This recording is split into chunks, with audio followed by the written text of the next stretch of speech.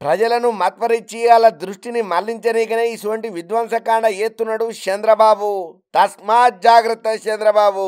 నీతోని శాతగాని హామీలిచ్చి దొంగ మాటలు చెప్పి గద్దెనెక్కినవు చంద్రబాబు. ఇంట్లో ఎంతమంది పిల్లలుంటే అంతమందికి 15,000 ఇస్తానని హామీ ఇచ్చినవు. ప్రతి మహిళకు నెలకు 1,500 డాక్రా ఇస్తానని చెప్పి అక్క చెల్లెమ్మలకు చెప్పినవు. సున్నా వడ్డీ అని అన్నావు.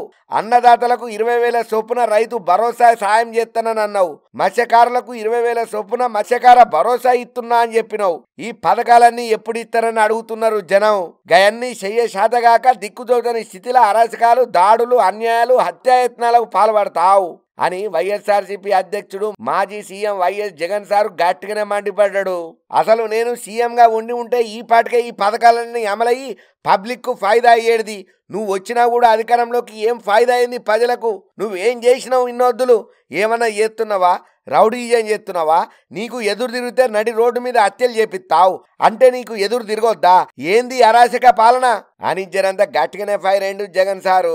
ఇచ్చిన హామీలను అమలు చేసి శాతగాక చంద్రబాబు ప్రజల దృష్టిని మళ్లించనీకనే ఇటువంటి విధ్వంసాలు, దాడులు, హత్యలు, హత్య యత్నాలను ప్రోత్సహిస్తూ ప్రజలను భయాందోళనకు గురి చేస్తా సమాజంలో అభద్రతా భావాన్ని సృష్టిస్తున్నాడని చెప్పి వైఎస్ఆర్సీపీ అధ్యక్షుడు మాజీ ముఖ్యమంత్రి వైఎస్ జగన్మోహన్ రెడ్డి సారు గట్టిగానే ఇచ్చిండు కౌంటరు. అసలు వైఎస్ఆర్సీపీ శ్రేణుల మీద ఎందుకు దాడులు చేయిస్తున్నావు? గింత దిగజారిన రాజకీయాలు ఎందుకు చేస్తున్నావు? నీకు అసలు సిగ్గు మానం అనేది ఏమన్నా ఉన్నదా అని జనంతా గట్టిగానే ఫైర్ అయ్యిండు. పల్నాడు జిల్లా వినుకొండల టీడీపీకి చెందిన వ్యక్తి చేతుల దారుణ హత్యకు గురైనటువంటి వైఎస్ఆర్సీపీ కార్యకర్త రషీద్ కుటుంబాన్ని శుక్రవారం ఆయన పరామర్శన చేసిండు. అనంతరం మీడియాతోని జగన్ సార్ మాట్లాడుకుంటా చంద్రబాబు తప్పుడు వాగ్దానాలతోని ప్రజలను మోసం చేసి సీఎం అయ్యిండు. గత ప్రభుత్వంలో ప్రతి త్రైమాసికానికి విద్యా దీవెన అందించినాం. జనవరి, ఫిబ్రవరి, మార్చి త్రైమాసికానికి సంబంధించిన విద్యా దీవెన ఇంకా ఇయ్యలేదు. ఏప్రిల్, మే, జూన్ కూడా అయిపోయింది. 2 త్రైమాసికాల నిధులు పెండింగ్ లో ఉన్నాయి. ఎందుకు ఇయ్యలేదు చంద్రబాబు?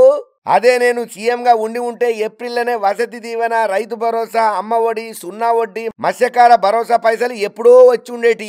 ఈ రోజు ప్రతి అక్క చెల్లెమ్మలు కూడా ఎంతో ఆశగా ఎదురు చూస్తున్నారు మీ పైసల కోసం. సంటి బోర్లగాళ్లను బడికి పంపితే నేను ఒక్కలకే అమ్మ ఒడి కింద 15,000 చొప్పున ఇచ్చిన. నేను కంటిన్యూగా అధికారంలో ఉండుంటే ఎంత మంది పిల్లలను బడికి పంపేటోని, ఎంత మంది తల్లులకు అమ్మ ఒడి కింద ఇచ్చేటోని. చంద్రబాబు గుర్తు తెచ్చుకో.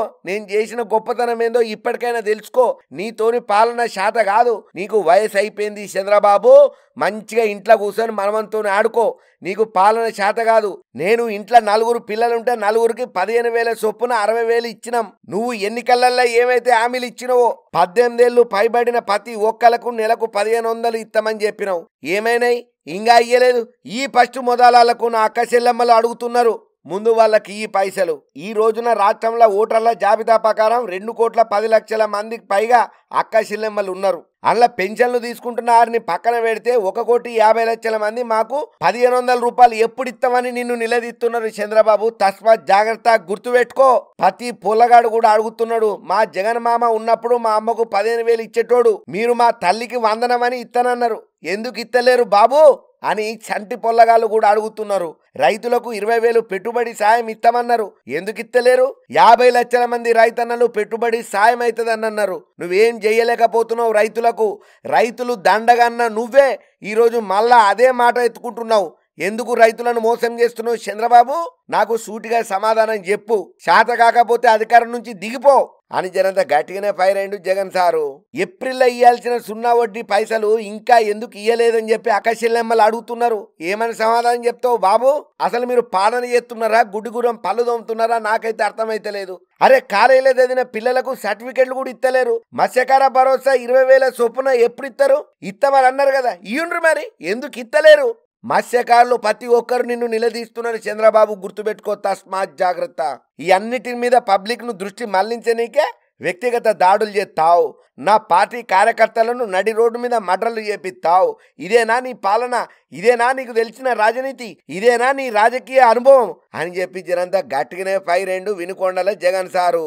ఇక జగన్ సారు ఆయన స్టైల్ అయిన ఫైర్ అవుతోని ప్రతిపక్షాలు ఉంటాయి. ఆవు జగన్ సారు, నీకు చాలా గొప్ప ప్రేమ ఉన్నది కార్యకర్తలు అని బానే అంటున్నావు. అసలు వాళ్లకు పార్టీకి ఏం సంబంధం? రషీదు, జలీల్ అనేటోళ్ళు 2 దోస్తులు. వాళ్ళు ఇద్దరు దోస్తులే. ఒకప్పుడు వాళ్ళకు తెలియకుండా ఒకలంటే ఒకరికి కచ్చి ఉన్నది. వాళ్ళు చెరొక మాట అనుకొని ఒర్రుకొని తిట్టుకొని పొడుచుకునే దానిక పోయింది. గాదానికి ప్రభుత్వానికి ఏం సంబంధం? మీ పార్టోడు మా పార్టోడు అని ఎందుకు అట్లా లేని పంచాయతీలను తీసుకొస్తున్నావు? సింపతిని క్రియేట్ చేసి ఎందుకు నీ ఖాతాలు వేసుకుంటున్నావు? అసలు వాళ్లకు పార్టీలకు ఏం సంబంధం అయ్యా? జగన్మోహన్ రెడ్డి ఎందుకు లేని పుకార్లను ఉట్టిస్తున్నావు? వాళ్ళు టీడీపోళ్ళని వైసీపోళ్ళను టీడీపోళ్ళు సంపనికే చూస్తున్నారని ఇట్లా పబ్లిక్లీ మభ్యపెట్టే మాటలు ఎందుకు మాట్లాడుతున్నావు? అది ఒక ఇద్దరి వ్యక్తులకు సంబంధించిన ఒక కక్షపూరిత వ్యవహారం. దాన్ని కూడా నువ్వు రాజకీయం చేస్తున్నావు అంటే నువ్వు శవాల మీద పేలాలేరుకునే బ్యాచ్ అనేది క్లియర్ గా తెలుస్తున్నది. ఎక్కడో ఏదో జరిగితే మీ నాయన లెక్కనే నువ్వు కూడా చేస్తున్నావు. సింపతిని చూపించుకొని అన్ని నీ ఖాతాలు వేసుకొని రేపు టక్కరైనా కూడా వైఎస్ఆర్సీపోని టీడీపోడే గుద్దిండానంటవా? ఎట్లా జగన్మోహన్ రెడ్డి చెప్పు సమాధానం అని కారెడ్డాలాడుతున్నారు టీడీపీ తామ్ముళ్ళు.